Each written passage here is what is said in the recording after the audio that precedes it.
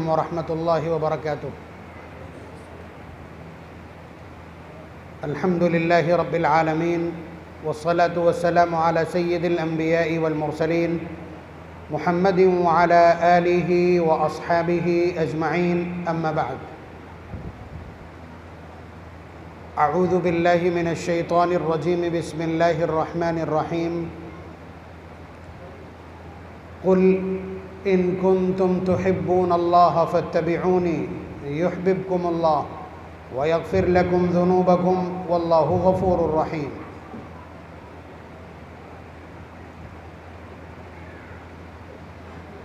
One अबी हुरैरह रज़ियल्लाहु तआला अन्हु क़ाल क़ाल रसूलुल्लाहि सल्लल्लाहु अलैहि वसल्लम अना सय्यिदु वुल्दि आदम व अना अव्वलु मन यंशक़्क़ु अन्हुल क़ब्र व अव्वलु शाफ़िइन व अव्वलु मुशफ़्फ़इन, रवाहु मुस्लिम। वअन अब्दुर्रहमान इब्न अबी क़ुराद रज़ियल्लाहु अन्हु अन्ना नबिय्य सल्लल्लाहु अलैहि वसल्लम यतवद्दअु यौमन फ़जअल अस्हाबहु यतमस्सहून बिवुदूइहि फ़क़ाल लहुमुन नबिय्यु सल्लल्लाहु अलैहि वसल्लम मा यहमिलुकुम अला हाज़ा फ़क़ालू हुब्बुल्लाहि व रसूलिहि फ़क़ाल नबिय्यु सल्लल्लाहु अलैहि वसल्लम मन सर्रहु अन युहिब्बल्लाह व रसूलहु औ युहिब्बुहुल्लाहु व रसूलुहु फ़ल्यस्दुक़ हदीसहु इज़ा हद्दस वल्युअद्दि अमानतहु इज़ा अ'तुमिन वल्युहसिन जवार मन जावरहु औ कमा क़ाल सल्लल्लाहु अलैहि वसल्लम।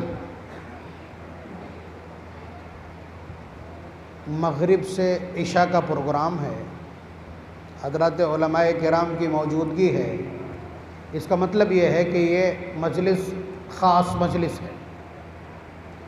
ख़ास मजलिस है तो उन्वान भी थोड़ा ख़ास है। मुझे लगता है ये वो लोग हैं जो जब तक बात चलेगी बराबर बैठ कर के मुस्तकिल सुनेंगे। मैं गा बजा तो पता नहीं, बहुत नीचे उतर के गुफ्तगू करूँगा इंशाअल्लाह, कोशिश कर रहा हूँ।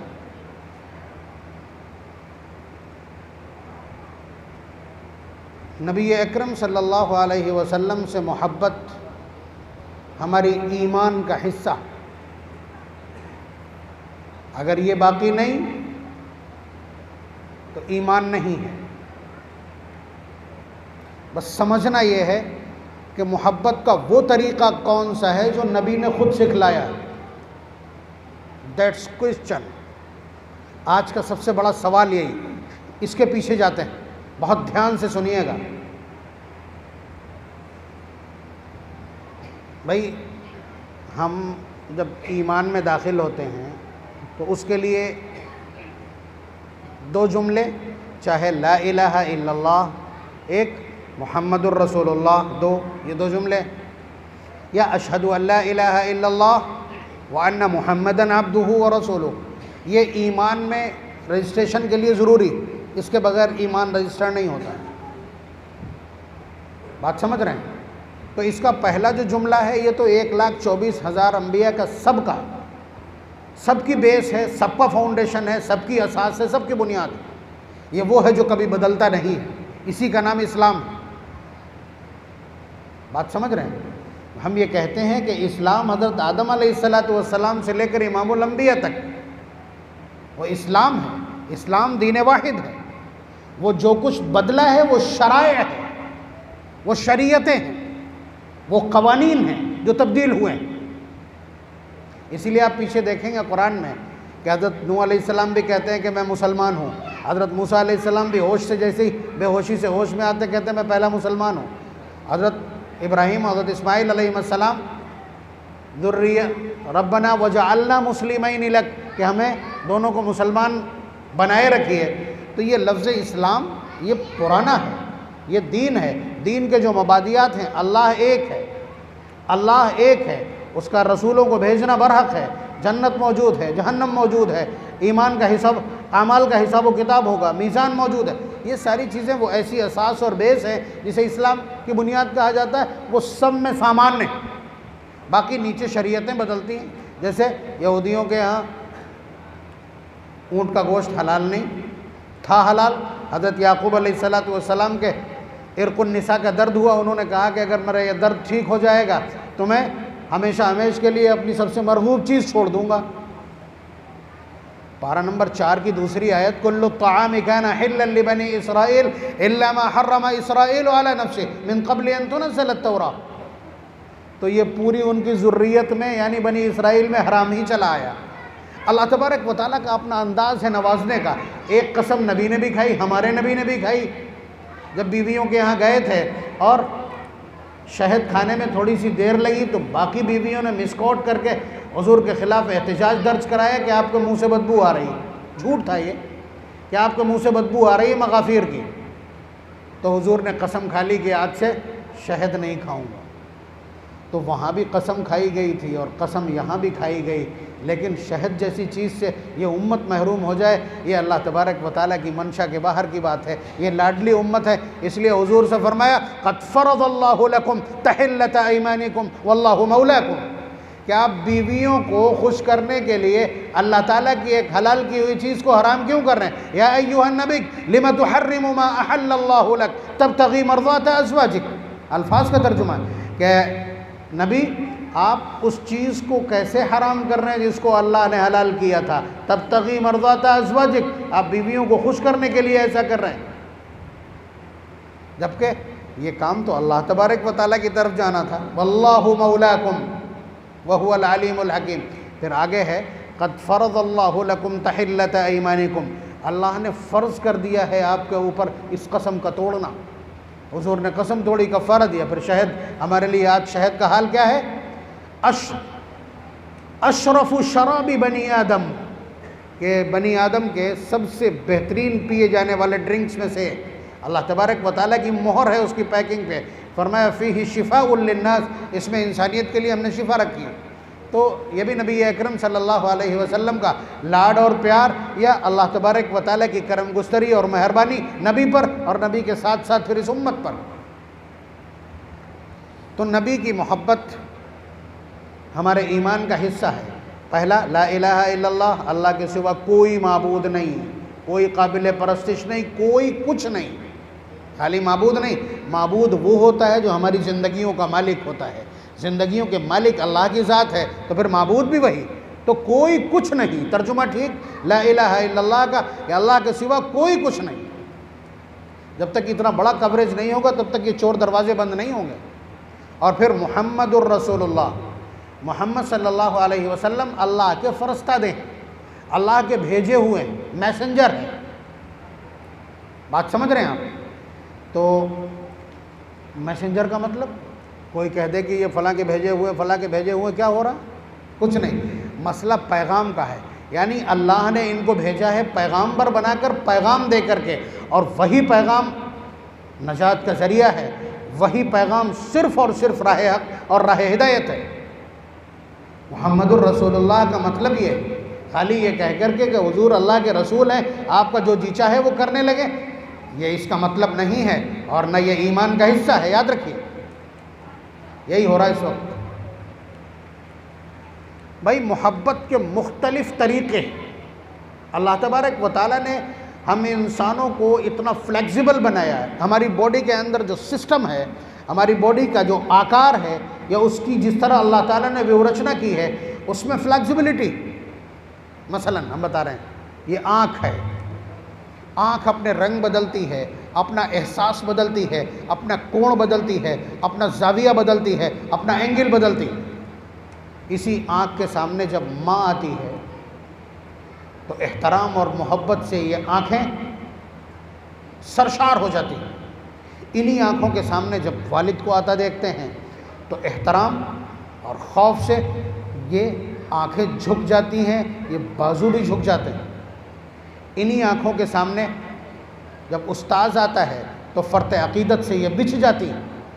इन्हीं आँखों के सामने जब बहन आती है तो शफ़क़त और मेहरबानी, एहतराम इनमें छलकने लगता है। और जब इन्हीं के सामने बेटी आती है तो उसके ऊपर शफ़क़त और इनायत बरसने लगती है, यही आँखें बरसाने लगती हैं। और इन्हीं आँखों के सामने जब बीवी आती है तो इन्हीं में शरारत खेलने लगती है। ये आँख है, ज़ाविये बदलती है। अल्लाह ताला ने ये एहसास पैदा किया। नबी से मोहब्बत किस तरह करनी है उसको ढूंढना पड़ेगा। अब इस दौर में इतनी बुरी तरह से उसको गड़बड़ किया गया है।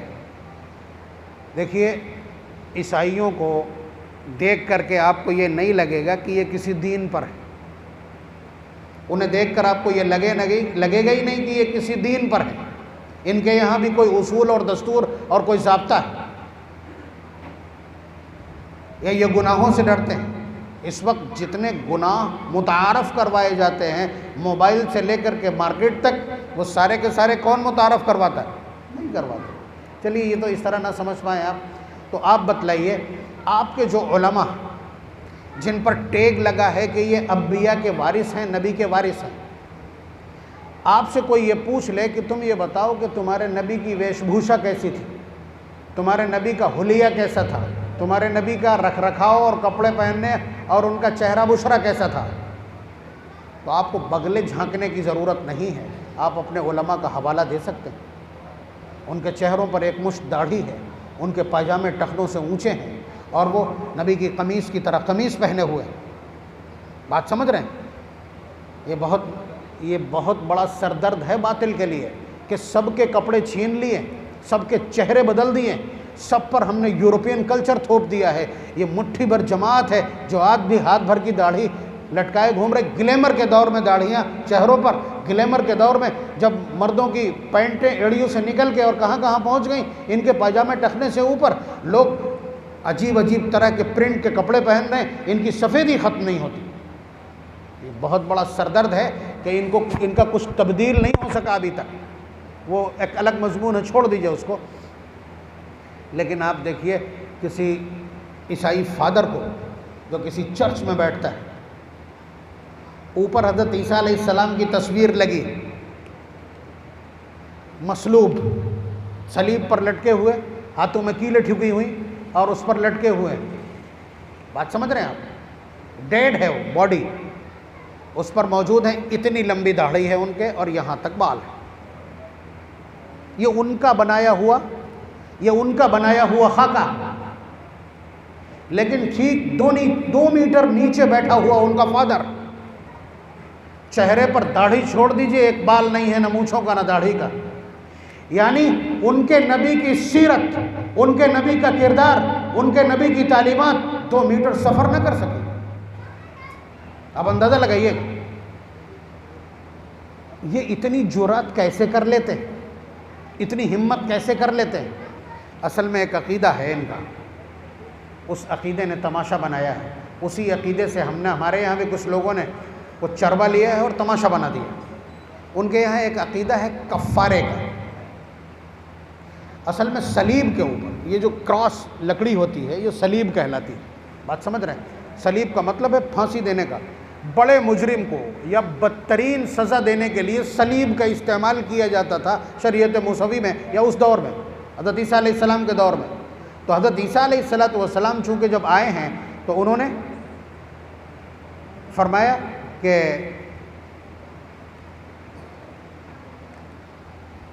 जो तौरात तुम्हारे सामने मौजूद है, मैं उन सब की तस्दीक कर रहा हूँ और मैं इंजील लेकर के आया हूँ।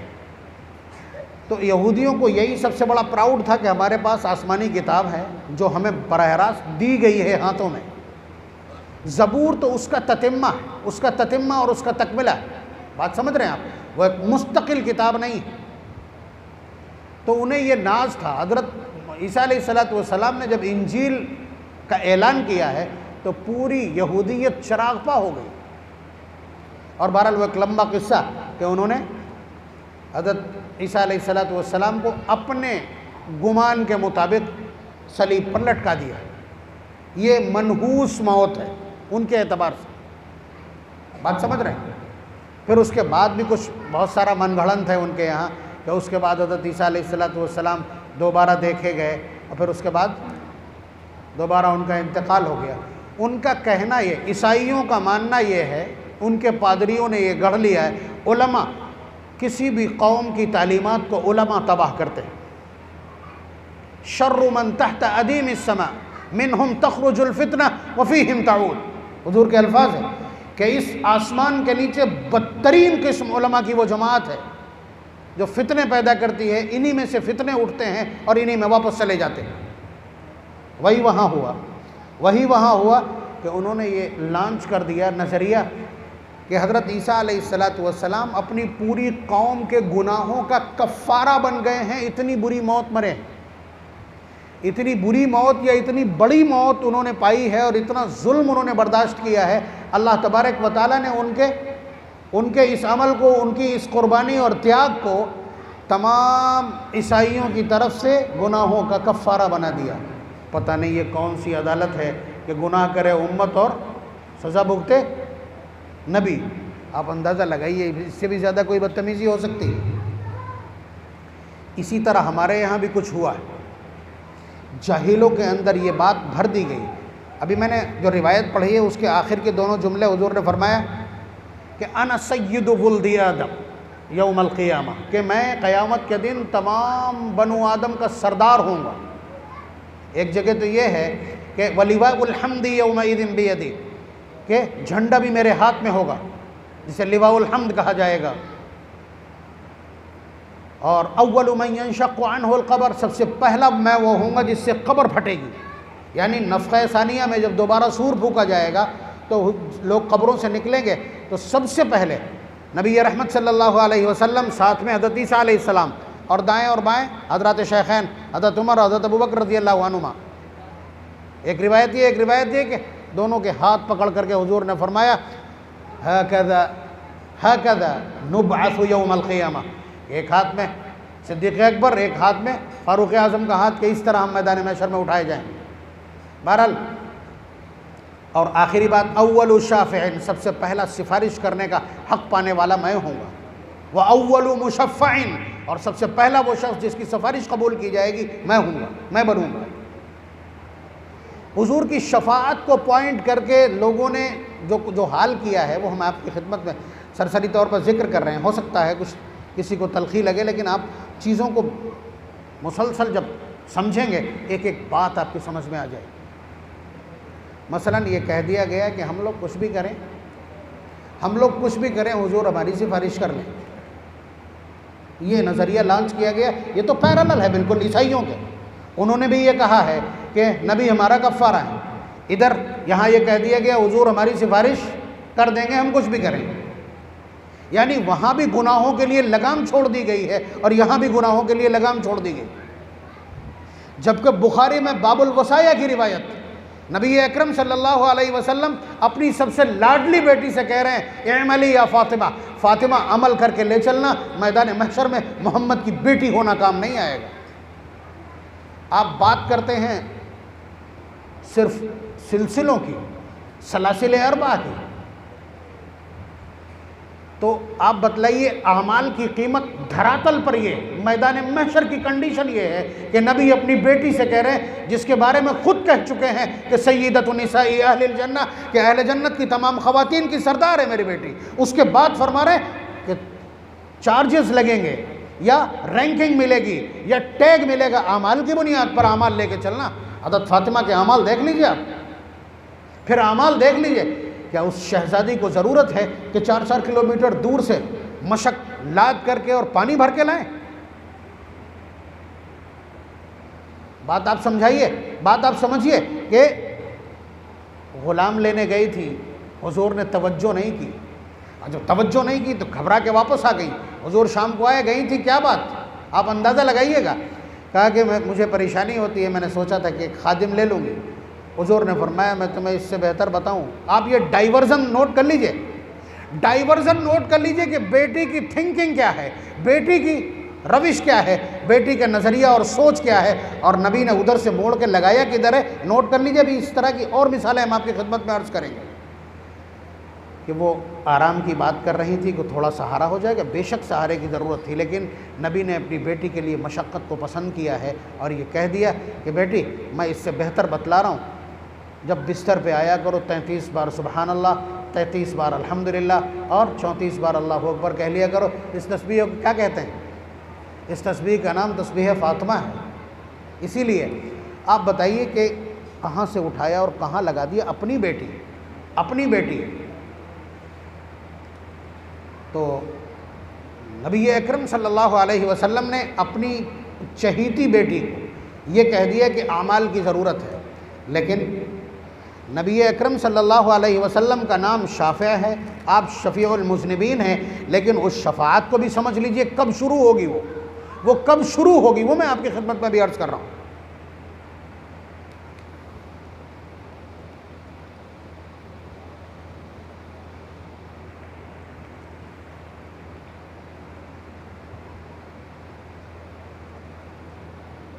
नबी अकरम सल्लल्लाहु अलैहि वसल्लम शफ़ाअत करेंगे। और देखें आप, मुख्तलिफ़ किस्म के आमाल हैं, मुख्तलिफ़ किस्म के आमाल हैं जिन पर हुजूर ने शफ़ाअत का वजूब बतलाया। मसलन मन ज़ारा क़ब्री वजबत लहू शफ़ाअती, जिसने मेरी कब्र की ज़ियारत की उसके लिए मेरी शफ़ाअत वाजिब। बात समझ रहे हैं? इसी तरह हुजूर ने क्या फरमाया, मन समिअन निदा, जो अज़ान सुने और अज़ान के बाद फिर ये दुआ पढ़े और फिर ये कहे रज़ीतु बिल्लाहि रब्बन व बिल इस्लामी दीना व बि मुहम्मदिन नबिय्यन सल्लल्लाहु अलैहि वसल्लम वजबत लहू शफ़ाअती, मेरी शफ़ाअत उसके लिए वाजिब है। दो सिर्फ सैंपल मैंने आपकी खिदमत में अर्ज़ किए कि किसी न किसी अमल के बाद में शफ़ाअत है। पहले तो हदीस का ये मिजाज नोट कर लीजिए, जहाँ भी आप हुजूर को ये कहते सुनेंगे कि वजबत लहू शफ़ाअती, उसके लिए मेरी शफ़ाअत वाजिब है, वहाँ अमल मौजूद होगा। तो उम्मत को अमल से महरूम करने वाली कोई हरकत काबिल कबूल नहीं है, वो सर्च की जाना चाहिए, उस पर तहकीक होना चाहिए, उस पर मंथन होना चाहिए। तो यही मैं अर्ज़ कर रहा था। अब इसको देखिए आप कि जिन मोहब्बतों का तज़किरा किया जाता, मैंने अभी बताया था मोहब्बतें मुख्तलिफ़ तरह की होती हैं। एक मोहब्बत ये है कि हमारी गैरत पर कोई हमला करता है, बीवी से, बहन से, बेटी से छेड़खानी करता है, फिर उसके बाद आप अपनी जान देने पर उतर आते हैं, ये भी एक तरीक़ा है। ऐसा करने वाला और इस कोशिश में मरने वाला शहीद है। मन कुतिला दूना इर्ज़िही फ़हुव शहीद, हुज़ूर के अल्फाज, जो अपनी इज़्ज़त के बचाव में मारा जाए वो शहीद है। बात समझ रहे हैं? तो इसी तरह से और बहुत सारी चीज़ें। नबी अकरम सल्लल्लाहु अलैहि वसल्लम से मोहब्बत का दस्तूर सीखना है अगर, तो उसके लिए वो 100 साल के 1,24,000 उनके जानिसार शागिर्द, ये पूरी रूए ज़मीन और ये आसमान और ये सूरज, कभी उनसे ज़्यादा मोहब्बत करने वालों पर क़यामत तक तुलू नहीं होगा। सुन लीजिए अच्छी तरह से। ये तो छोड़ दीजिए कि हुजूर से वो मोहब्बत कितनी करते हैं, हुजूर के दुश्मनों से वो दुश्मनी कितनी करते हैं, ऐसा कोई क़यामत तक पैदा नहीं होगा।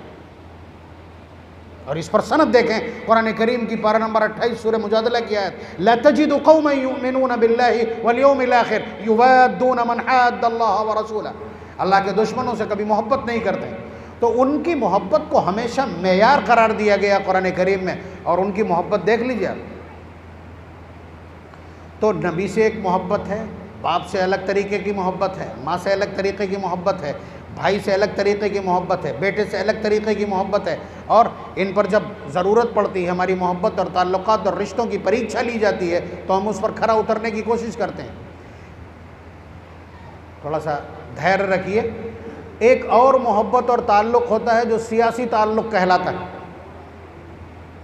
सियासी ताल्लुक़ कहलाता है, सियासी मोहब्बत कहलाती है। इस धरती पर मेरा अपना तज्जिया ये कि उससे ज़्यादा बाज़ारी मोहब्बत कोई नहीं है, उससे ज़्यादा बेकीमत मोहब्बत कोई नहीं कि आज इसका झंडा थामा कल उसका थाम लिया। चलता है ना, बेटा इधर है और बाप दूसरी पार्टी में, ये सब चलता है ना। इसका मतलब ये है कि इस मोहब्बत और ताल्लुक़ का कोई मेयार नहीं, कोई मेयार नहीं है। आगे अब कह ही देंगे। उस मोहब्बत का सिंबल क्या है?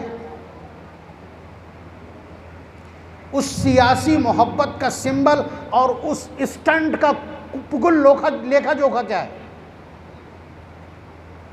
ज़बान पर नारा और हाथ में झंडा, यही है ना सियासी। सियासी मोहब्बत का स्टंट सिर्फ इतना ही है ना, जो लोग किसी को पॉलिटिकल अप्रोच देते हैं या पॉलिटिकल सपोर्ट देते हैं, वो उसकी रैली में भीड़ लेके जाते हैं और अपनी भीड़ को क्या पकड़ा देते हैं? झंडा और एक ज़बान पे नारा बतला देते हैं, स्लोगन क्या रहेगा। तो ये इस धरती पर बरती जाने वाली सबसे बाजारी और सबसे सस्ती और सूकियाना मोहब्बत है। हमने नबी की मोहब्बत को यहाँ पे ला के डाल दिया। ये जुमला कहने के लिए इतनी लंबी तमहीद थी।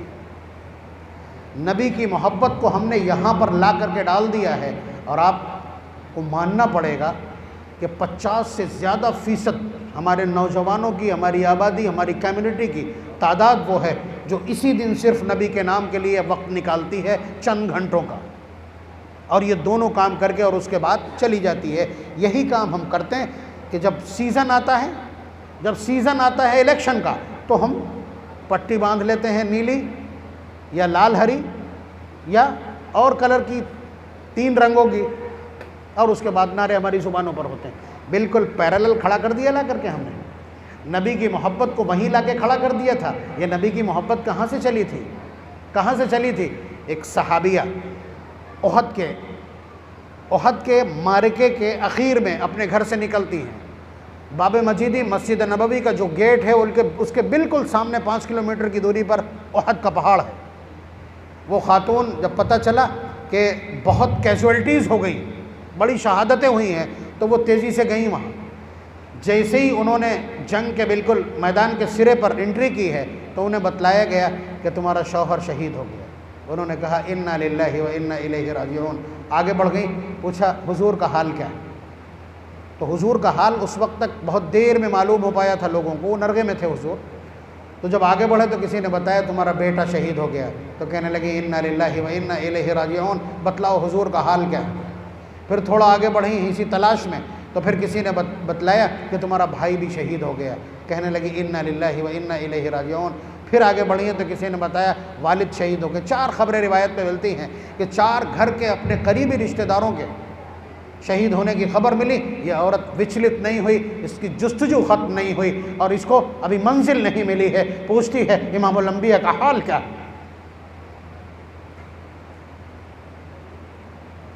उसके बाद जब भीड़ को चीरते हुए नबी अकरम सल्लल्लाहु अलैहि वसल्लम को ज़ख्मी हालत में सहाबा के हिसार में देखती हैं, तो हुजूर की चादर अपने हाथों में पकड़ करके पीछे बैठ करके ये कहती हैं कि हुजूर अगर आप सलामत हैं तो ये सारी मुसीबतें बर्दाश्त करना मेरे लिए बहुत आसान। मोहब्बत यहाँ से चली थी। आप अंदाज़ा लगाइए कि हज़रत उम्मे अम्मारा रज़ी अल्लाह ताला अन्हा उसी दिन जब हुजूर को आगे से और पीछे से दोनों तरफ से कुफार के लश्कर ने घेरा था, तो वो एक औरत हुजूर के जिधर से तीर आता था सामने से, जब अगला हिस्सा छलनी हो चुका तो फिर घूम करके अपनी पीठ पर तीर लेना शुरू किया। रिवायात देखिए कि इस औरत के जिस्म पर कितने जख्म। 43 से ये रिवायात शुरू होती है और आगे तक जाती है। तो मोहब्बत यहाँ से चली थी, अब नारों और झंडों पर सिमट गई आकर के। ये इमामुल अंबिया का मकाम घटा करके खाक में मिला दिया। अब थोड़ा सा यहाँ पर समझ लीजिए कि एक तो है नबी की ज़ात, एक है नबी की ज़ात जैसे मैंने अभी कहा था, और एक है नबी का लाया हुआ दीन और पैगाम। ये 2 चीज़ें अलग अलग। ये मेरा अपना इख्तिराई मजमून है लेकिन मुदल्लल है। अगर नबी अकरम सल्लल्लाहु अलैहि वसल्लम की ज़ात को आप टारगेट करते हैं, व्यक्तित्व को, पर्सनालिटी को अगर आप टारगेट करते हैं, तो आप समझ लीजिए कि आप फेल हो जाएंगे, आप नाकाम हो जाएंगे। क्यों? वो वजूद सिर्फ 23 साल तक नबी की हैसियत से दुनिया में रहना अपना मुकद्दर लेके आया, उसके बाद वो वजूद ख़त्म हो जाएगा, ज़ात ख़त्म हो जाएगी। पैगाम सुबह क़यामत तक जाएगा। आपको उस पर जान देनी। ये हज़रत उलमाए किराम से बतौर ख़ास गुजारिश है, मज़मून पर मुसलसल निगाह बनाए रखें। और नबी अकरम सल्लल्लाहु अलैहि वसल्लम ने अपनी ज़िंदगी में ऐसा किया कि अपनी ज़ात की तरफ जो लोग बढ़ रहे थे उनको डाइवर्ट किया है, किधर? अपने लाए हुए पैगाम की तरफ। पहले ही फ़र्क मैं बतला दूं आपको कि इस धरती के ऊपर सबसे पहला बर्थडे सेलिब्रेशन कहिए या बर्थ सेलिब्रेशन कहिए या विलादत की खुशी कहिए, जन्माष्टमी कहिए या पैदाइश की मसरत कहिए, सबसे पहले किसने मनाई? नहीं याद हो तो मैं बतलाए दे रहा हूँ, अबू लहब, हुजूर का सगा चचा अबू लहब। नबी अकरम सल्लल्लाहु अलैहि वसल्लम की वालिदा मोहतरमा ज़ह की तकलीफ़ में, बच्चे की विलादत करीब है, पास में कौन है? हज़रत सुवैबा रज़ी अल्लाह ताला अन्हा। ये कौन है? ये अबू लहब की बांदी, अबू लहब की बांदी हैं वहाँ मौजूद। जब हुजूर की विलादत होती है तो क्या समझते हैं आप? सूरज चमकना भूल गया होगा और चांद की ताबानी कहीं खो गई होगी, सितारों ने छुप जाना ही पसंद किया होगा। बात समझ रहे हैं? तो मबहूत होकर के वो दौड़ करके आई, चूँकि भाई मौजूद, यानी हज़रत अब्दुल्ला मौजूद नहीं हुजूर के वालिद, तो वो कहाँ आई दौड़ करके? अरब को बहुत ख्याल इस बात का कि वो खुशखबरी लाने वाले को अथाह दौलत से नवाज देते हैं, कपड़े उतार के दे देते हैं। सैकड़ों वाक़यात हदीस के ज़ख़ीरे में मिल जाएंगे। कोई खुशखबरी लेकर के आया, कपड़े उतार के दे दिए। हज़रत काब इब्न मालिक वअला सलासतिल्लज़ीना खुल्लिफ़ू हत्ता इज़ा ज़ाक़त अलैहिमुल अर्ज़ु बिमा रहुबत, सूरह तौबा का जो मरकज़ी किरदार हज़रत काब इब्न मालिक, जो जंग तबूक में जा नहीं पाए थे, घर रह गए थे, फिर उन पर इताब पड़ा, उनकी जो तौबा कबूल हुई तो जो आदमी ख़बर लेकर के आया था, कपड़े उतार के उसको दे दिए और ऐसे ही बैठ गए। तो खुशखबरी देने वालों को नवाजा जाता है, ये अरब का दस्तूर है। तो सुवैबा ने यही किया, जल्दी से दौड़ करके आई अबू लहब के पास और कहा आकर के कि तुम्हारे भाई के यहाँ एक चांद सा बच्चा पैदा हुआ है। जो कुछ भी कह सकी होंगी कहा होगा, ये ज़रूर कहा होगा कि मैंने आज तक ऐसा बच्चा नहीं देखा। खुशखबरी। अबू लहब ने अरब के उस दस्तूर के मुताबिक ऐसे करके उस अपनी बांदी से कहा, अंत हुर्र, कि आज से तू आज़ाद है। इससे बड़ी सौगात और तमगा क्या हो सकता है? एक कमज़ोर रिवायत जिसे मीलाद वाले भी जिक्र कर देते हैं और वो वहाँ मौजूद है, सनद से बहुत कमज़ोर है, कि ये वाक़या पीर के दिन का है। अबू लहब को पीर के दिन कब्र में उसकी इस उंगली से शहद निकलता है या जो कुछ भी कोई मीठी चीज़ निकलती है जिसे वो चूस लेता है। काफिर है, बदतरीन काफिर है, जिस पर मोहर है कुरान करीम की, लेकिन ये सनदन बहुत कमज़ोर रिवायत है, मैं अर्ज़ कर रहा हूँ। तो सबसे पहला सेलिब्रेशन पैदाइश का अबू लहब ने, लेकिन आप बताइए है कहाँ? अगर इसलिए कि वो हुजूर की ज़ात से मोहब्बत करता है, भतीजा है, मेरे भाई की यादगार, उसकी थिंक ये है। बात समझ रहे हैं आप? तो 40 साल तक उसने ये मोहब्बत जारी रखी है हुजूर से, ये बतला दूं आपको। 40 साल तक ये मोहब्बत हुजूर से अबू लहब ने जारी रखी है, कभी तकलीफ़ और अज़ियत नहीं दी। लेकिन वअन्ज़िर आशीरतकल अक़रबीन जब आयत नाजिल हुई, हुजूर ने तमाम बनु हाशिम को बुला करके और उसके बाद उनसे जब कहा कि मैं एक दीन लेकर के आया हूँ, तुम उसको मान लो, अल्लाह को एक जान लो, कामयाब हो जाओगे। तो इसने क्या कहा था? तब्बन लक या मुहम्मद लिहाज़ा जमाअतना।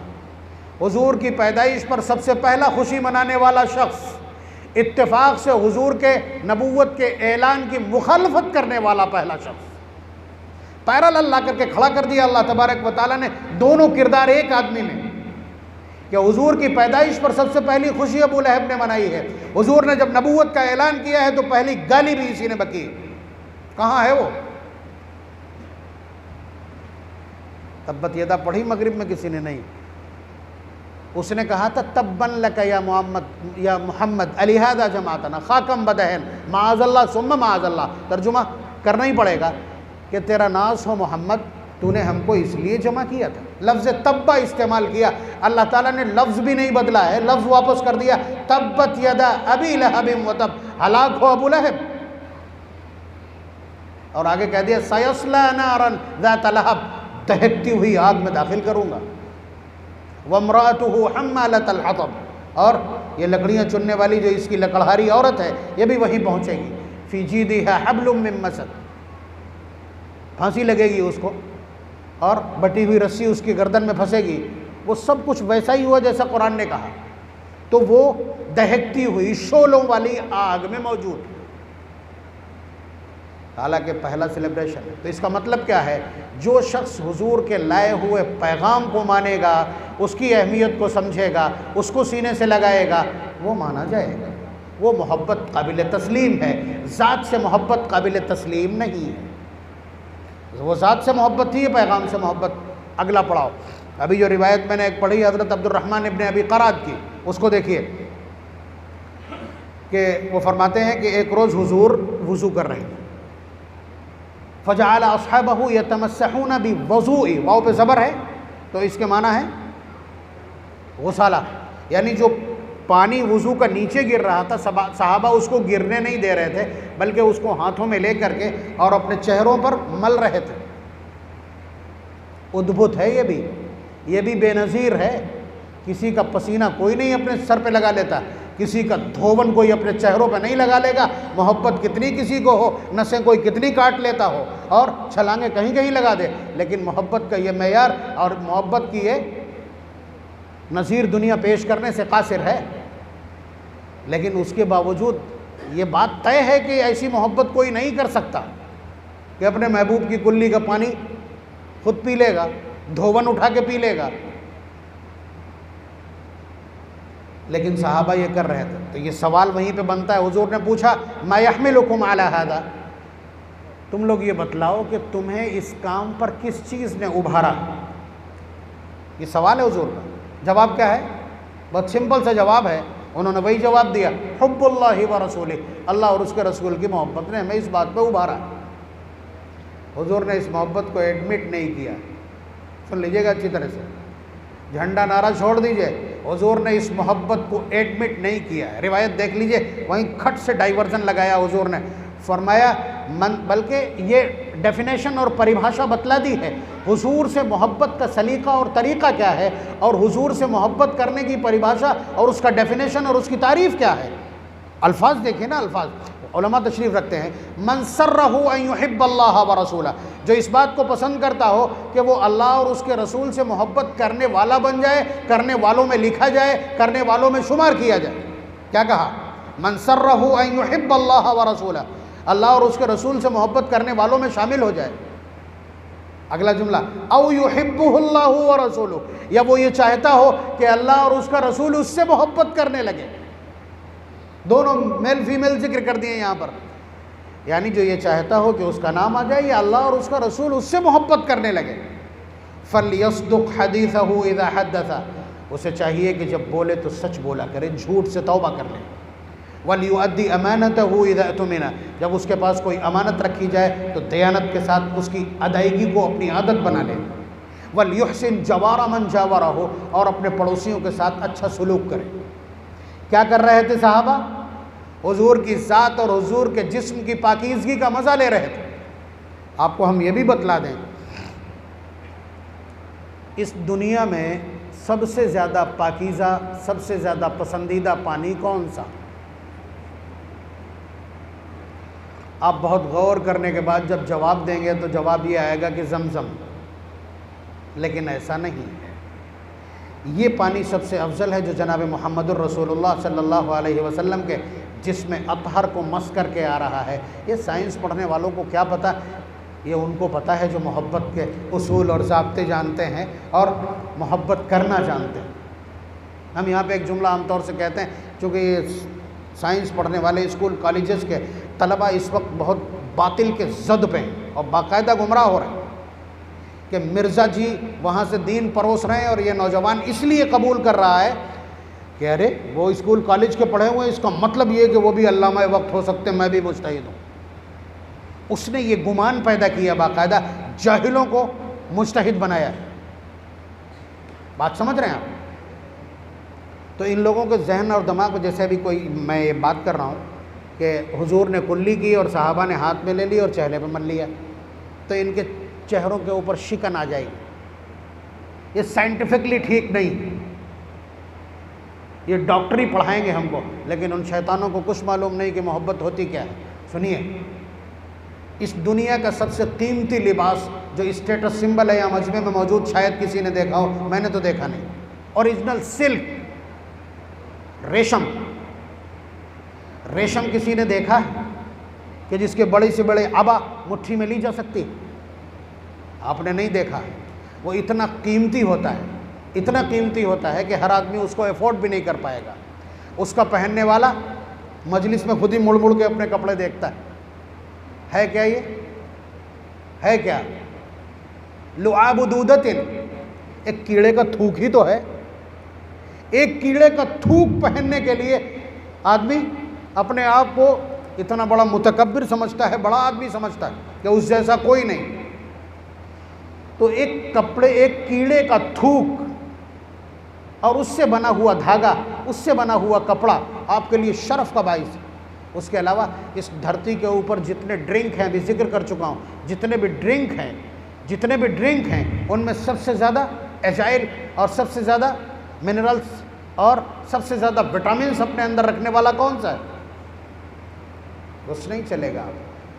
वअौहा रब्बुका इलन नहलि अन इत्तखिज़ी मिनल जिबालि बुयूतन व मिनश शजरि व मिम्मा यारिशून सुम्मा कुली मिन कुल्लि समराति फस्लुकी सुबुल रब्बिकी ज़ुलुला यख़रुजु मिन बुतूनिहा शराबुन मुख्तलिफुन अल्वानुहु फ़ीहि शिफ़ाउन लिन्नास। शहद इस धरती पर पाया जाने वाला सबसे ताकतवर ड्रिंक। बात समझ रहे हैं? किसका है ये? कहाँ से आता है? एक इतने बड़े परिंदे की पलटी ही तो है। हज़रत अली रज़ी अल्लाह तआला ने फरमाया कि बनी आदम किस बात पे गुरूर करता है? अशरफ़ु लिबासी बनी आदम लुआब दूदतिन, कि बनी आदम का सबसे अशरफ लिबास एक कीड़े का थूक है। वह अशरफ़ु शराबिही रजीउ नहलतिन, और उसका सबसे बेहतरीन ड्रिंक एक कीड़े का फुजला। तो यहाँ पर आपकी साइंस खामोश रह गई। नबी अकरम सल्लल्लाहु अलैहि वसल्लम इमामुल अंबिया जो निकल जाएं तो गलियां महीनों महकें, उन पर आपका यह एतराज़, ये आपकी साइंस आपको जहन्नम में ले जाएगी। याद रखिएगा, आपको बाब मोहब्बत से अगर कुछ वास्ता हो तो सब कुछ समझ में आ जाएगा। बहुत आसान है समझना। और ये तो सहाबा की बात कर रहे हैं हम। बुखारी की एक रिवायत कि नबी अकरम सल्लल्लाहु अलैहि वसल्लम ने जिअर्राना में आकर के वज़ू किया तो दो सहाबी, हज़रत बिलाल रज़ी अल्लाह तआला अन्हु और एक और सहाबी, उनसे हुजूर ने फरमाया, तशला लाए। उन हुजूर ने फरमाया कि ये सआदत तुम्हारा मुक़द्दर है। आप ये समझिए कि उन लोगों ने तशला उठाया तो पर्दे के पीछे से हज़रत उम्मे सलमा रज़ी अल्लाह तआला अन्हा और एक और माँ हमारी, उन्होंने आवाज़ दी और फरमाया वला तंसया उम्मकुमा, कि अपनी माँ को न भूल जाना, यानी ये सारा पानी तुम ही न पी लेना। कान खोल करके सुनिएगा, इस कायनात का कोई शौहर ऐसा बाकमाल नहीं है कि जिसकी बीवी उसके कमाल से मुतासिर हो। ये सिर्फ और सिर्फ खुसूसियत है इमामुल अंबिया की। ये वो पॉइंट है जिसको सर्च करने की ज़रूरत है। मुल्क का वज़ीर दाखिला है, लेकिन शाम को जब पहुँचता है तो हाथ जोड़ के खड़ा होता है। बात समझ रहे हैं आप? और वो जानती है इसके ऐब कितने, ये दिन भर झूठ बोलता है। ये सिर्फ कमाल है इमामुल अंबिया का। ये वो पॉइंट है जिसे आप गिरे ज़बान लीजिए सीरत के हवाले से। अब बुखारी की रिवायत कि बीवियां ये कहती हैं कि तुम अपनी माँ को न भूल जाना। उन सहाबा से पर्दे के पीछे से कहती हैं, ला तंसया उम्मकुमा, अपनी माँ को न भूल जाना, हमारे लिए भी रखना। तो आप अंदाज़ा लगाइए कि सहाबा हुजूर का फुजला चेहरों पे मल रहे थे, गुसाला मल रहे थे और बचा हुआ पानी मल रहे थे। हुजूर ने क्या कहा कि मोहब्बत का ये तरीक़ा हमारे यहाँ काबिल कबूल नहीं है। मोहब्बत मेरे लाए हुए पैगाम से ये 3 उसूल हैं, इनको अपना लो, पूरी ज़िंदगी बैलेंस हो जाएगी। आप देख लीजिएगा, ये 3 बातें जो हुजूर ने जिक्र की, सच बोलना, आधी ज़िंदगी संवर जाएगी। बात समझ रहे हैं? और दयानत और अमानत, इससे आपके मामलात सुधर जाएंगे, कारोबार का सलीका आ जाएगा और पड़ोसी के साथ अच्छा बर्ताव करना सीख जाएंगे तो मुआशरत अपने आप कड़ी से कड़ी जुड़ती चली जाएगी। तो आप ये तीनों बातें बहुत अहमियत की हामिल हैं। उसके अलावा नबी अकरम सल्लल्लाहु अलैहि वसल्लम के पास कुछ सहाबा आए जो सहाबा बड़ी हैसियत के हैं और मरजुबान के यहाँ, किसरा के यहाँ और कैसर के यहाँ जाते हैं। उन्होंने वहाँ देखा कि लोग आते हैं और आकर के पहले सजदा करते हैं, फिर बादशाह से बात करते हैं, जबकि इनका बादशाह कैसा है वो जानते हैं। तो हुजूर की खिदमत में आकर के सहाबा ने दीवानावार कहा कि अल्लाह के रसूल, आपसे ज़्यादा अज़मत वाला इस धरती पर कोई नहीं और हमसे बड़ा दीवाना भी कोई नहीं। अंत अहक्कु अन युस्जद लक, आप सबसे ज़्यादा मुस्तहिक हैं इस बात के कि आपको सजदा किया जाए। हुजूर ने सूरत हाल को समझा, फिर धीरे से उन्हें समझाया कि अल्लाह तबारक व तआला ने सजदे की इजाज़त ही नहीं दी। सजदा अल्लाह तबारक व तआला के साथ ख़ास है। लौ कुन्तु आमुरु अहदन, सपोज दैट अगर मैं किसी को सजदा करने की इजाज़त देता, लअमरतुल मरअता अन तस्जुद लिज़ौजिहा, तो औरत को हुक्म देता कि वो अपने खाविंद को सजदा करे, इसलिए कि वो सबसे काबिल अज़मत पर्सनालिटी है रिश्तों में, दूसरे रिश्ते के लिए। फिर एक और सवाल किया कि कल जब तुम मेरी कब्र के पास से गुजरोगे, लौ मररत बिक़ब्री अकुन्तु तस्जुदु लहू, क्या तब सजदा करोगे? कहने लगे नहीं। तो कहा फिर आज भी नहीं। यानी आगे तक का हुजूर ने सोच लिया कि अगर आज ये करेंगे तो कल भी करेंगे। हुजूर ने वहीं से राह बदल दी। तो आप अंदाज़ा लगाइए कि वो सजदा ज़ात को था, तो एक सर झुकने नहीं दिया। नोट कर लीजिएगा, सजदा ज़ात को था, हुजूर के वजूद को, हुजूर के जिस्म को सजदा था, तो हुजूर ने एक सर झुकने नहीं दिया। और जब नंबर आया हुजूर के लाए हुए पैगाम का, लाए हुए दीन का, लाई हुई शरीयत का, तो कितने सर कटे हैं आपके पास, उसका लेखा जोखा मौजूद नहीं। फ़र्क देख लिया, यहाँ भी फ़र्क आपने नोट कर लिया कि अपनी ज़ात के सामने सर झुकने नहीं दिया है, लेकिन अपने दीन के लिए सर कटने के लिए आवाज़ दी है। अल्लाह ताला कहते हैं या अय्युहन नबी हर्रिज़िल मुमिनीना अलल क़िताल। आप समझ रहे हैं, उलमा समझ रहे हैं, तर्जुमा छोड़ देते हैं। बाकायदा आवाज़ दी और सहाबा कुरानदाजी करते हैं इन सब चीज़ों के लिए। तो आप देखिए पैगाम और हुजूर की ज़ात, सबसे बड़ी मिसाल, जहाँ जाकर के आपको सरेंडर करना ही पड़ेगा। ये तो इक्का दुक्का वाक़यात है। नबी अकरम सल्लल्लाहु अलैहि वसल्लम पैदा भी नहीं हुए, 6 महीने पहले ही वालिद फौत हो गए। यानी सबसे बड़ा जो सेलिब्रेशन हो सकता है वो ख़त्म। उसके बाद 6 साल की उम्र में माँ भी दाग़ मुफारकत दे गई। उसके बाद दादा ने हाथ थामा, अब्दुल मुत्तलिब पूरी दुनिया में पहचाना हुआ नाम है। 8 साल की उम्र में उन्हें भी रास्ते से हटा दिया। उसके बाद चचा ने हाथ पकड़ा है। तो चचा का जो व्यवहार है हुजूर के साथ, 10 बच्चे हैं, किसी को अपने साथ कभी खाना नहीं खिलाया और हुजूर के बग़ैर कभी खाना नहीं खाया, हालांकि भतीजे हैं। उसके अलावा रास्ते में जानते हैं कि घर छोड़ जाऊंगा तो हुड़क जाएगा, अब शाबाद की भाषा में पता नहीं क्या होगा, यानी परेशान हो जाएगा मेरी मुफारकत से, तो साथ में लेके जाते हैं। कितनी मरतबा वाक़या पेश आया कि किसी पादरी ने देखा कि बादल उन पर साया किए चल रहा है, कभी देखा कि दरख्त के सारे साये को लोगों ने, काफ़िले वालों ने घेर लिया, अब साया बचा ही नहीं। तो जैसे ही हुजूर आए, टहनी ऐसे करके बढ़ गई, दौड़ता हुआ अपने चर्च से आया, कहने लगा ये कि बच्चा किसके साथ? बताया गया कि ये अबू तालिब ने कहा मेरे साथ। कहने लगे इसको वापस घर करके आइए, वापस घर भेज करके आइए, इसलिए कि आप फलां जगह जा रहे हैं, आप यमन जा रहे हैं, वहाँ यहूदी रहते हैं, ये आखिरी पैगंबर है।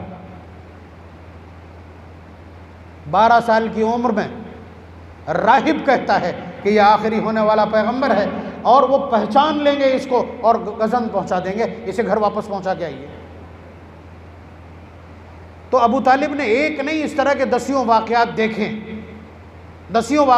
हैं, और नबी अकरम सल्लल्लाहु अलैहि वसल्लम को हमेशा सपोर्ट किया, ब्लाइंड सपोर्ट किया है। सोशल बैकअप इतना ख़तरनाक कि हाथ नहीं डाल सकता कोई इमामुल अंबिया हज़रत मोहम्मद सल्लल्लाहु अलैहि वसल्लम पर। और अभी नबी नहीं हुए, नबूवत से पहले के हालात यही। सोशल बाइकाट 2.5 साल का, उसको साथ में काटा, आप समझ रहे हैं। उसके अलावा निकाह का खुतबा, हज़रत उलमाए किराम को मालूम होगा, निकाह में जो खुतबा पढ़ा है अबू तालिब ने, हुजूर नबी नहीं बने, 15 साल बाकी है नबूवत में, 25 साल उम्र है, हज़रत खदीजा से निकाह हो रहा है, निकाह पढ़ाया किसने? अबू तालिब ने। हम में से कोई भी उस निकाह का तर्जुमा नहीं, इस निकाह के खुतबे का तर्जुमा नहीं कर पाएगा बगैर डिक्शनरी के। ये हालात हैं, इतना शानदार, इतना बलीग खुतबा है अबू तालिब का। उसमें उन्होंने मालूम है क्या कहा? उन्होंने कहा कि मेरा भतीजा पूरे अरब के तमाम नौजवान उसके मुकाबिल ला के खड़े कर दो, लरुज्जिहा, खुदा की कसम मेरा भतीजा सब पे गालिब आएगा। ये एहसास है अबू तालिब का, ये एहसास है नबूवत मिलने से 15 साल पहले अबू तालिब का। इसके अलावा एक कसीदा कहा, अबू तालिब ने हुजूर की तारीफ़ में कसीदा कहा। मैं सिर्फ एक शेर उसका आपके खिदमत में जिक्र कर रहा हूँ। अबू तालिब हुजूर की तारीफ़ में कहते हैं, व अब्यदु यस्तस्क़िल ग़माम बिवजहिही, व अब्यदु यस्तस्क़िल ग़माम बिवजहिही, कि मेरा भतीजा इतने रोशन चेहरे वाला है कि उसके चेहरे को दिखा करके बादलों से पानी मांगा जा सकता है और वो बरसेंगे। अबू तालिब के शेर के इस पहले मिसरे का तर्जुमा ये अबू तालिब का एहसास है। सिमारुल यतामा इस्मतुल लिल अरामिल, कि वो पनाह है यतीमों के लिए और बेवाओं के लिए, सहारा है बेवाओं का। ये नबूवत से पहले कहे गए अशार हैं अबू तालिब के हुजूर के शान में। बल्कि जब कहत पड़ा था और काफिरों ने आकर हुजूर से दरख्वास्त की कि कौम मरी जा रही है कहत से, हुजूर ने बद्दुआ की थी बल्कि, तो सब ने आकर के कहा कि आप दुआ फरमा दीजिए कि ये कहत ख़त्म हो जाए, कौम मरी जा रही। हुजूर ने हाथ उठाए और दुआ करना शुरू की। छोटा सा बादल नमूदार हुआ, फटा, फैल गया और उसके बाद हुजूर की दुआ ख़त्म होने से पहले पहले इस ज़ोर से बरसा है कि पूरा मदीना जल थल हो गया। सहाबा भागे अपने अपने घरों को कि अगर ये वादियाँ चलने लगी तो दिक्कत हो जाएगी। जब उन्हें भागता हुआ देखा हुजूर ने तो हुजूर बहुत हंसे, हत्ता बदत नवाजिज़हु, यहाँ तक कि हुजूर को हंसता देखने वालों ने हुजूर की दाढ़ों को भी देख लिया। फिर हुजूर ने फरमाया कि काश आज चचा जिंदा होते, काश आज चचा जिंदा होते तो उन्हें समझ में आ जाता कि उनका शेर यूं ही कोई तारीफ नहीं था, मुबालगा नहीं था, उनके शेर का सही मिस्दाक इस मंजर में मौजूद। तो फ़ौरन वहाँ मौजूद एक सहाबी ने कहा कि अल्लाह के रसूल, क्या आपकी मुराद ये शेर है? यही शेर पढ़ के पूछा सहाबी ने। हुजूर ने फरमाया कि हाँ। आप अंदाज़ा लगाइए, ये सूरत हाल है अबू तालिब की। बल्कि अबू तालिब का जब इंतकाल हुआ जिस साल, उस साल का नाम क्या है?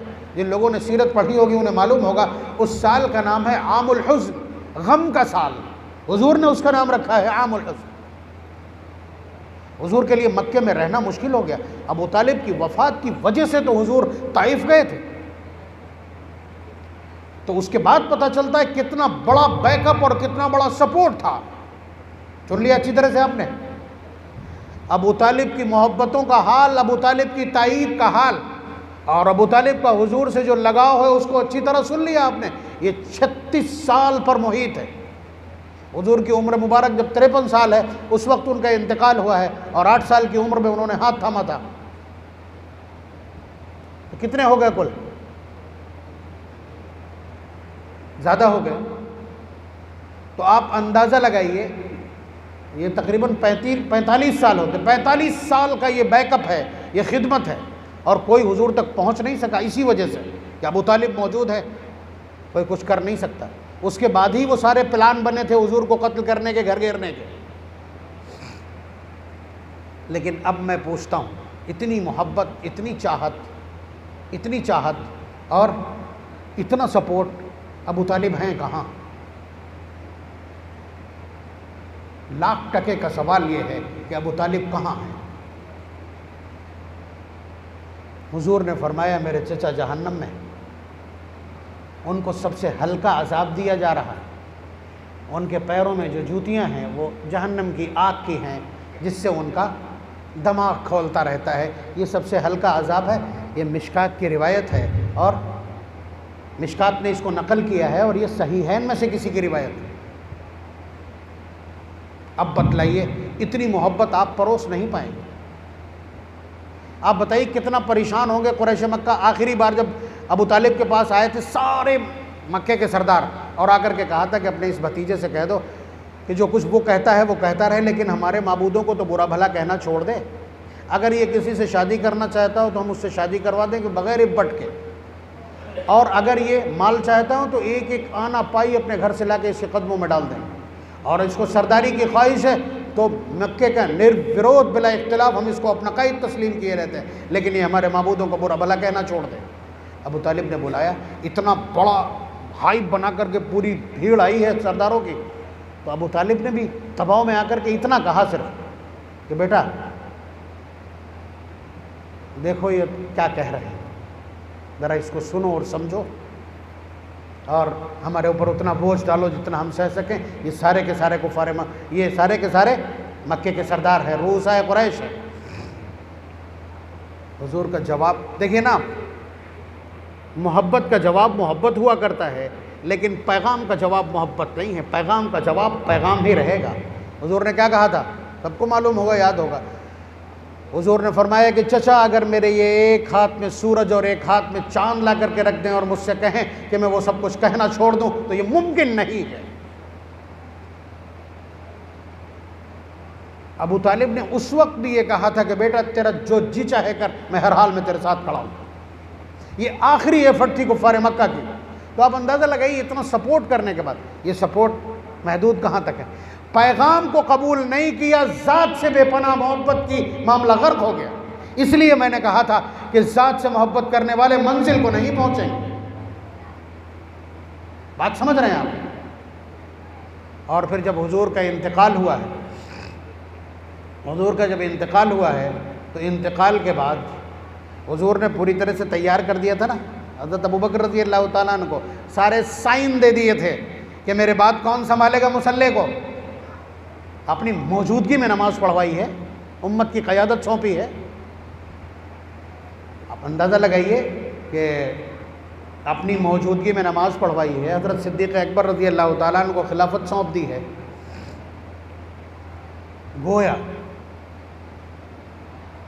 तो सहाबा हुजूर के साथ रह रह करके उनका हाल ये था कि एक सहाबी हैं, हुजूर के इंतकाल की खबर पहुंची तो अपने बाग में काम कर रहे थे, बेटे ने आके बताया, वो हुजूर से मुलाकात करके गए थे, आखिरी बार हुजूर को ही देखा था उन्होंने। बेटे ने आके बताया कि हुजूर का इंतकाल हो गया। तो उन्होंने कहा कि अल्लाह मेरी आँखों की बीनाई छीन लीजिए, इसलिए कि इस बीनाई का काम सिर्फ ये था कि ये इमामुल अंबिया की ज़ियारत करें, अब ज़रूरत नहीं है, ये बीनाई सल्ब फरमा लीजिए। अल्लाह ताला ने वो बीनाई फ़ौरन सल्ब फरमा ली। मोहब्बत का है, मोहब्बत की ये मिसाल ये कायनात कई बार पैदा होगी फिर भी न पेश कर सकेगी। बात समझ रहे हैं आप। तो इस तरह मोहब्बत करने वाले लोग, इस तरह से मोहब्बत करने वाले लोग बसा औकात हुजूर की ज़ात दिल में घर कर गई हो। अंदाज़ा लगाइएगा, मैं जो बात कर रहा हूँ ज़ात और पैगाम की, कि हुजूर के साथ रहने की वजह से हुजूर की ज़ात की मोहब्बत दिल के अंदर घर कर गई हो। तो सबसे पहला काम, देखा बहुत बारीकी से बात कर रहा हूँ, सबसे पहला काम, हज़रत उमर रज़ी अल्लाह तआला अन्हु फ्रस्ट्रेट थे, आपको मालूम है, आपा खो बैठे थे उस वक्त, सरासीमा थे, सेंसलेस। कहने लगे हुजूर जिस तरह मेराज पे गए थे उसी तरह किसी सफ़र पे गए हैं, हुजूर का इंतकाल नहीं हुआ और ये मुमकिन नहीं है। अगर किसी ने कहा कि हुजूर का इंतकाल हो गया तो उमर उसकी गर्दन उतार लेगा। तो एक तो हुजूर की वफ़ात का सदमा, ऊपर से हज़रत उमर रज़ी अल्लाह तआला अन्हु के इस तरह से बिफर जाने की वजह से अजिल्ले सहाबा परेशान। जाकर के हज़रत सिद्दीक़ अकबर रज़ी अल्लाह तआला अन्हु को ख़बर दी। हज़रत सिद्दीक़ अकबर रज़ी अल्लाह तआला अन्हु मस्जिद नबवी में तशरीफ़ लाए और फरमाया इजलिस या उमर, उमर बैठ जाओ। फ़अबा, कहने लगे नहीं बैठूँगा। आप अंदाज़ा लगाइए कि वो अपने आपे में नहीं है, हुजूर के इंतकाल पर सिट्टी पिट्टी गुम है। किसी का बेटा ख़त्म हो जाता वो उसके बाद पूरी ज़िंदगी अपने होश आवास में नहीं आता, जवान बेटा अगर ख़त्म हो जाए। वहाँ तो सारा जहान लुट गया। एक चरवाहे को रज़ी अल्लाह अन्हुम व रज़ू अन की बुलंदियों तक पहुँचाया, कुरान का किरदार बना दिया। तो उनके ऊपर क्या बीत रही होगी वही जान सकते हैं। हज़रत सिद्दीक़ अकबर रज़ी अल्लाह तआला ने हज़रत उमर रज़ी अल्लाह तआला को बिठाने की ज़िद छोड़ दी और खुतबा शुरू किया। खुतबे के अल्फाज देख लीजिए, जो कुछ मैंने अब तक कहा है खुतबे का खुलासा उतना ही। हज़रत उमर रज़ी अल्लाह तआला ने फरमाया, हज़रत सिद्दीक़ अकबर रज़ी अल्लाह तआला ने फरमाया कि अला मन यअबुदु मुहम्मदन फ़इन्न मुहम्मदन क़द मात। लोगों सुन लो, जो हज़रत मोहम्मद सल्लल्लाहु अलैहि वसल्लम की इबादत और परस्तिश करता था वो सुन ले कि उनका इंतकाल हो गया। वमन काना यअबुदुल्लाह और तुम में से जो अल्लाह की इबादत और परस्तिश करता था उसको माबूद समझता था, फ़इन्नल्लाह हय्युन ला यमूत, अल्लाह ताला जिंदा है और उन पर मौत तारी ही नहीं हो सकती। ये दावा, ये मतन है हज़रत अबू बकर सिद्दीक़ रज़ी अल्लाह ताला अन्हु की तकरीर का। उसके बाद इस पर उन्होंने जो दलील दी है, अपने इस दावे पर जो दलील उन्होंने दी है, उसने सबको अपने हवास में वापस ला दिया। फरमाया वमा मुहम्मदुन इल्ला रसूल, हज़रत मोहम्मद सल्लल्लाहु अलैहि वसल्लम निरे रसूल ही तो हैं, यानी सिर्फ मैसेंजर हैं, एक पैगाम लेकर के आए थे। उनकी उम्र मुतय्यन, क़द खलत मिन क़ब्लिहि रसूल, आज तुम मातम कैसे कर सकते हो, इससे पहले भी तो 1,24,000 अंबिया आगे जा चुके। अफ़इम्माता, क्या अगर उनका इंतकाल हो जाए, औ कुतिल, या शहीद कर दिया जाए, इनक़लबतुम अला आक़ाबिकुम, क्या तुम वापस उसी दीन में लौट जाओगे जहां से चले थे। वमन यनक़लिब अला आक़िबै, जो वापस चला जाएगा अपने दीन में, फ़लन यज़ुर्रल्लाह शैया, वो अल्लाह का कुछ बिगाड़ नहीं सकेगा। खुतबा देख रहे हैं आप, क्या है ये वही ज़ात और पैगाम, या हुजूर जो पैगाम छोड़ करके गए हैं उससे एक कदम पीछे ना हटाना, एड़ियों की तरफ ना चलना। वसयज्जिल्लाहु शाकिरीन।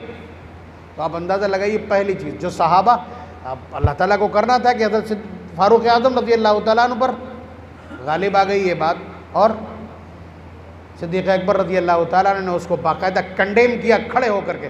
तो पहले ही खुतबा ये है कि नबी का लाया हुआ पैगाम क़यामत तक के लिए अमर है, और इस उम्मत के एक एक फ़र्द की जिम्मेदारी है कि उस पर अमलावरी दिखलाए, अमल दरामद करे, और उसको क़यामत तक अपने अमल से भी ज़िंदा रखे, अपनी ज़ुबान से भी ज़िंदा रखे। ये है दीन का खुलासा, और ये है मोहब्बतों का खुलासा। उसके अलावा आप समझ लीजिए मोहब्बत क्या है, हुजूर से मोहब्बत क्या है। हुजूर ने उसको 2 जुमलों में पूरे निचोड़ के तौर पर बयान फरमा दिया। फरमाया मन अहब्ब सुन्नती फ़क़द अहब्बनी, जिसने मेरे तरीक़े से मोहब्बत की उसने मुझसे मोहब्बत की। मतलब यही तर्जुमा ही है इसका, जिसने मेरी सुन्नतों से मोहब्बत की उसने मुझसे मोहब्बत की, और जो इस तरीक़े पर अपनी मोहब्बत साबित करने में कामयाब हो गया, काना मई फ़िल जन्नह, वो मेरे साथ जन्नत में होगा। उसके अलावा आप अंदाज़ा लगाइए, एक रिवायत जो बारहा आप सुनते हैं कि मन अहया सुन्नती बादमा उमीतत बादी फ़लहु अज्रु मिअती शहीद, कि सहाबा ने हुजूर के दीन को बर्पा करने के लिए अपनी जानें दी थी।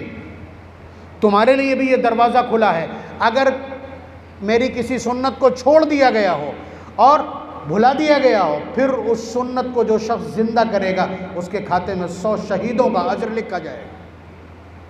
तो पैगाम पर जिस तरह हुजूर ने लगाया है, ये मैंने बातें आपकी खिदमत में इसलिए अर्ज़ की कि मुस्तकिल कोशिश ये की जा रही है कि हुजूर को एक आइकन पर्सनालिटी बना दिया जाए। जिस तरह हज़रत ईसा अलैहिस्सलाम एक आइकन पर्सनालिटी है कि उनकी तस्वीर को पूजा जाता है, उनकी तालीमात 1 मीटर नीचे सफ़र करके नहीं आ पाई। इसी तरह से तुम सिर्फ बैत कर लो, उसके बाद तुम चाहे जुआ खेलो चाहे कुछ खेलो, अहदनामा रख दिया जाएगा और तुम जन्नत में पहुँच जाओगे। वो अहदनामा अल्लाह ताला पढ़ लेंगे।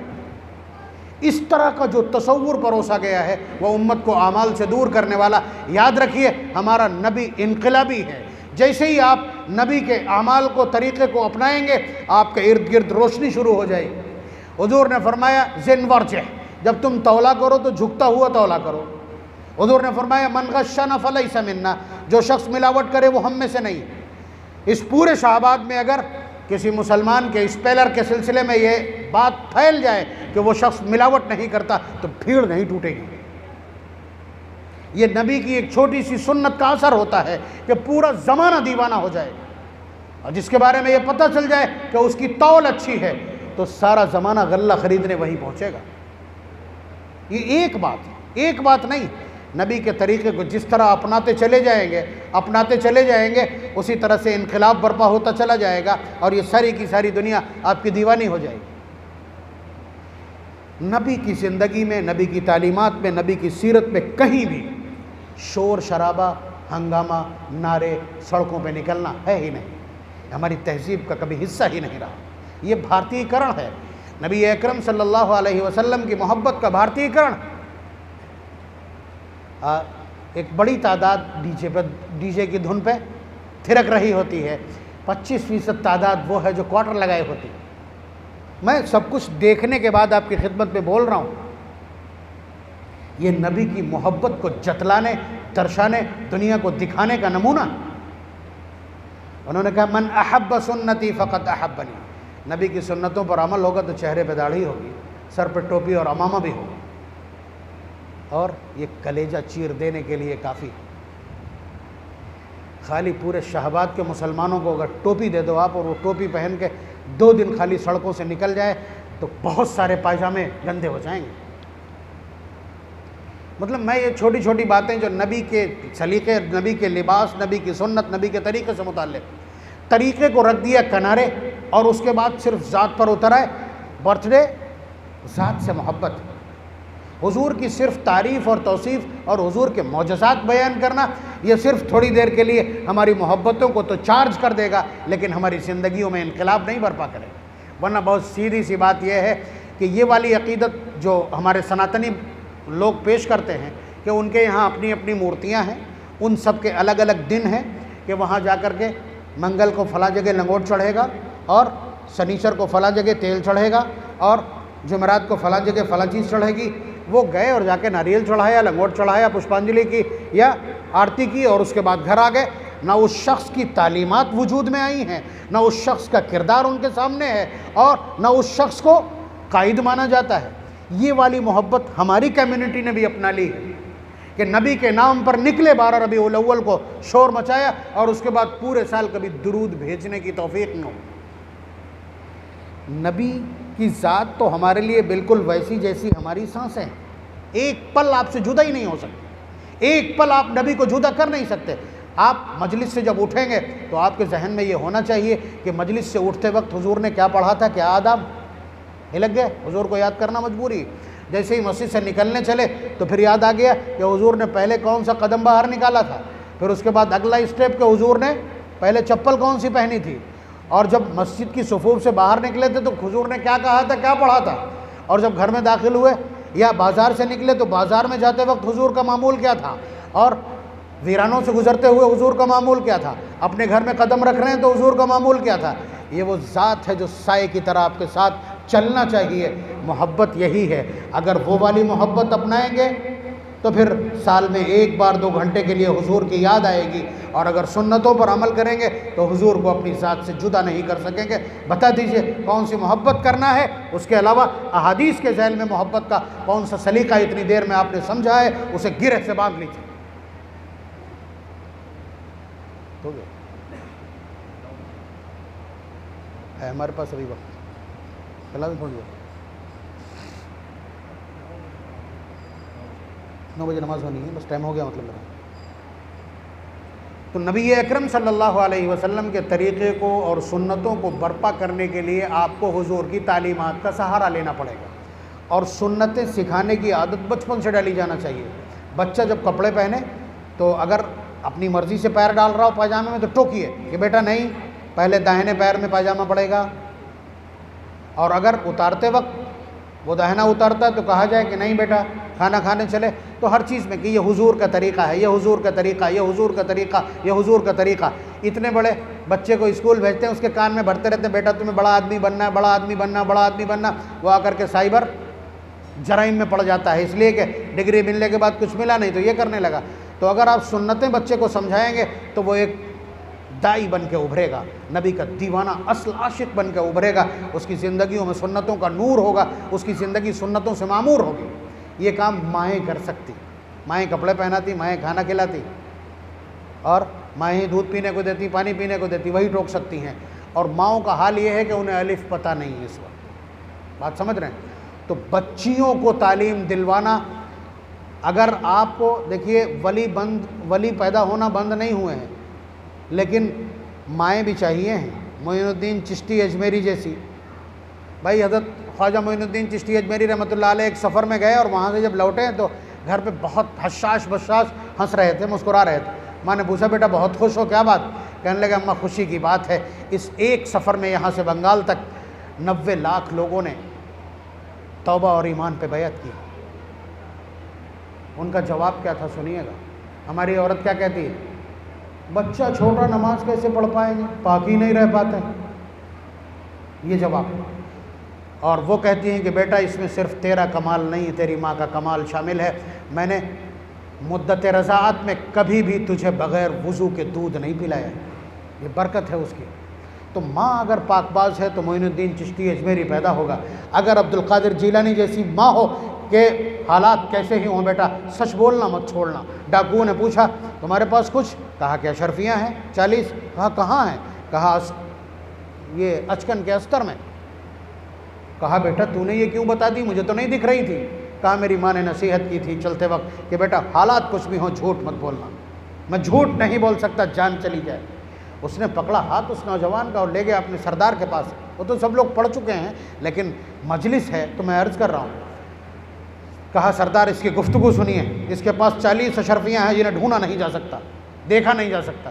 पूछा, वही जवाब दिया। सर झुक गया सरदार का। कहने लगा कि हम अपने पालनहार से अहद व पैमान करने के बाद उसका पासो लिहाज नहीं करते, हम यहाँ लूट मार कर रहे हैं, रहज़नी कर रहे हैं। और इस बच्चे को जिसे शूर नहीं है उसके बाद अपनी माँ के एक प्रवचन का इतना लिहाज रखता है। छोड़ दिया, तौबा कर ली, सर रख दिया गोद में। तो आप अंदाज़ा लगाइए, माएँ बच्चों को वली बनाती और माएँ नंगी घूमने वाली हों, बेपर्दा घूमने वाली हों, बेहया हों, घर में रहने के कपड़े यानी शौहर के सामने रहने के कपड़े और बाहर निकलने के कपड़े दूसरे, घर में पहनने की चप्पलें बेकीमत और बाहर दूसरों को दिखाने के लिए चप्पलें कीमती, जिनके ज़िंदगियों में ये खयानत हो, उनकी औलाद चिश्ती अजमेरी तो नहीं हो सकती, वो गुड्डू पप्पू लप्पू झप्पू पैदा होगी ना। बात समझ रहे हैं? माओं की कोख पाकीज़ा, नस्ल पाकीज़ा। उसके लिए बच्चियों की तालीम का इंतज़ाम, वो भी दीनी तालीम, वरना KG 1 से लेकर PhD होने तक पूरे सिलेबस का कोई एक चैप्टर ऐसा नहीं है जिसमें लिखा हो माँ का एहतराम ये है, बाप का एहतराम ये है, बीवी के हुकूक़ ये हैं, शौहर के हुकूक़ ये हैं। तो वहाँ ये उम्मीद मत करना, वहाँ दौलत के लालची और मफाद परस्त पैदा हो सकते हैं स्कूल कॉलेजेस में, उनके पास तालीम नहीं होगी। वरना जो लोग यहाँ बैठे हैं बहुत बड़ी बड़ी डिग्री होल्डर होंगे, बता दें कि बाप के सामने खड़े होकर कोई खड़े होने का कोई सलीका अल्फ़ाबेट से लेकर के और सोशल साइंस तक कहीं भी बताया गया हो। कुरान पढ़ने वालों को कुरान ने बताया वक़्फ़िज़ लहुमा जनाहज़्ज़ुल्लि मिनर रहमा। बाप के सामने जब खड़े होना तो ये जवानी का नशा नहीं होना चाहिए, शोल्डर डाउन होना चाहिए। पारा नंबर 15 सूरह बनी इसराइल की है, वो जो दफ़ात बयान की है कुरान ने। तो आप अंदाज़ा लगाइए, आप अल्लाह का वफ़ादार बनाएंगे तब बच्चा आपका फर्माबरदार होगा, वरना क़यामत तक ये ख्वाब खरगोश है जिसमें आप मुतमईन बैठे हैं और लेटे सो रहे हैं। तो इसलिए बच्चियों की तालीम का इंतज़ाम किए। यहाँ कहीं तालीम का इंतज़ाम है बच्चियों का नहीं। बच्चियों की तालीम का नस्ल ना हो तो अपने ज़िम्मेदारों से कहिए कि बच्चियों की तालीम का नस्ल। नस्लें सुधरती तब हैं, इसलिए कि 5 साल तक बच्चा माँ के इर्द गिर्द रहता है। हज़रत थानवी रहमतुल्लाह अलैह फरमाते हैं कि 5 साल तक आदतें बनती हैं। वैसे भी सारा मेडिकल साइंस कहता है कि 5 साल तक बच्चे की जो ग्रास्पिंग पावर, जो कैचिंग पावर है चीज़ों को सीखने की, उतनी मजबूत ज़िंदगी में किसी और मरहले में नहीं होती। तो वो सारा का सारा अब वही अंग्रेज़ी के अल्फाज सिखाती माँ। नाक क्या है? नोज़। ये क्या है? एयर। और चावल, अगर यही अरबी सिखा दे तो अंग्रेज़ी के बगैर तो ज़िंदगी गुजर जाएगी, अरबी के बगैर ज़िंदगी नहीं गुजरना। ला इलाहा इल्लल्लाह अरबी में, अल्हम्दुलिल्लाहि रब्बिल आलमीन अर्रहमानिर रहीम सब अरबी है। अगर आप तर्जुमा भी उर्दू में पढ़ देंगे तो नमाज फासिद हो जाएगी। सज़ा जज़ाअम बिमा कसबा को अगर सज़ाअम बिमा कसबा कह देंगे, सेम तर्जुमा है उसका, नमाज फासिद हो जाएगी तुरंत। तो अरबी से तो साबका पढ़ना ही पढ़ना। अरबी सिखाई तो कमाल है, जन्नत में भी वही बोलना है, कब्र में भी वही बोलना है और कुरान भी उसी में पढ़ना है, क्या बात है। तो आप तालीम का इंतज़ाम कीजिए हर तरह से, उसमें ख़ुद से खड़े होकर। हाफिज़ जी मौलाना साहब को ही क्यों अकेला ज़िम्मा दे दें, आप खुद खड़े हुए ज़िम्मेदारी संभालिए। अल्लाह तबारक व तआला हमारी नस्लों को नबी की मोहब्बत का सलीका इनायत फरमा दे, पैगाम को अपनाने वाला, पैगाम की खिदमत करने वाला, पैगाम को आम करने वाला और शरीयत को ज़मीन पर बर्पा करने वाला बनाए। व आखिरु दावाना अल्हम्दुलिल्लाहि रब्बिल आलमीन। दुआ कोई और करा दे, कोई बुजुर्ग। अल्हम्दुलिल्लाहि रब्बिल आलमीन। अल्लाहुम्मा सल्लि अला सय्यिदिना व अला आलि सय्यिदिना व मौलाना मुहम्मदिन व बारिक व सल्लिम। रब्बना आतिना फ़िद दुनिया हसनह व फ़िल आखिरति हसनह व क़िना अज़ाबन नार। अल्लाहुम्मा हब्बिब इलैना अल ईमान व ज़य्यिनहु फ़ी क़ुलूबिना व कर्रिह इलैना अल कुफ़्र वल फ़ुसूक़ वल इस्यान। ऐ अल्लाह हमारे गुनाहों को माफ़ फरमा दीजिए, हमारी ख़ताओं से दरगुज़र फरमा दीजिए, हमारे मासी और भूल चूक को माफ़ फरमा दीजिए। ऐ अल्लाह मोहब्बत के गलत रास्ते पर मोहब्बत के गलत मफहूम को अपना कर हमने इमामुल अंबिया के साथ जो बर्ताव किया यह सरीह गुस्ताखी है। अल्लाह उनके पैगाम को अपनाने वाला बना दीजिए, उनके पैगाम को आम करने वाला बना दीजिए, उनके पैगाम की पासबानी करने वाला बना दीजिए, उनके पैगाम पर अमल करके और अपने अमल के ज़रिए से नबी की सीरत की तशरीह करने वाला बना दीजिए। अल्लाह हमने शोर शराबे, हंगामे और झंडों और नारों को मोहब्बत समझा, सहाबा ने मोहब्बत का कोई दूसरा मफहूम समझाया है, अहादीस में कोई दूसरा मफहूम बतलाया गया है। अल्लाह उसी मोहब्बत को अपनाने वाला बना दीजिए। ऐसी मोहब्बत इनायत कर फरमा दीजिए कि जो तेरे नबी के साथ जन्नत में इकट्ठा होने का मौका इनायत हो। अल्लाह वो सुन्नतों से मोहब्बत है, हमें सुन्नतों से मोहब्बत करने वाला बना दीजिए, हमारी पहचान बना दीजिए सुन्नतों को, नबी के तरीक़े को हमारी पहचान बना दीजिए। एक एक तरीक़े को अपनी ज़िंदगी में और अपनी नस्लों की ज़िंदगी में, अपनी ख़वातीन की ज़िंदगी में बसाने वाला और उनको आम करने वाला बना दीजिए। अल्लाह हम सबको अपने हबीब की सही मोहब्बत, उनसे सही ताल्लुक़ की तौफ़ीक़ बरामद फरमा दीजिए। इस मजलिस को बेपनाह कबूल फरमा लीजिए। रबीउल अव्वल के महीने में जब नबी के नाम पर चारों तरफ तमाशा होता हो, अल्लाह कुछ खुददारों ने, कुछ ईमान की गैरत रखने वालों ने, कुछ नबी को पहचानने वालों ने अल्लाह मजलिस मुनाकिद करके आपके हबीब की मोहब्बत और आपके हबीब से जो हमारा रिश्ता है उस रिश्ते की वजाहत के लिए ये पाकीज़ा मजलिस मुनाकिद की।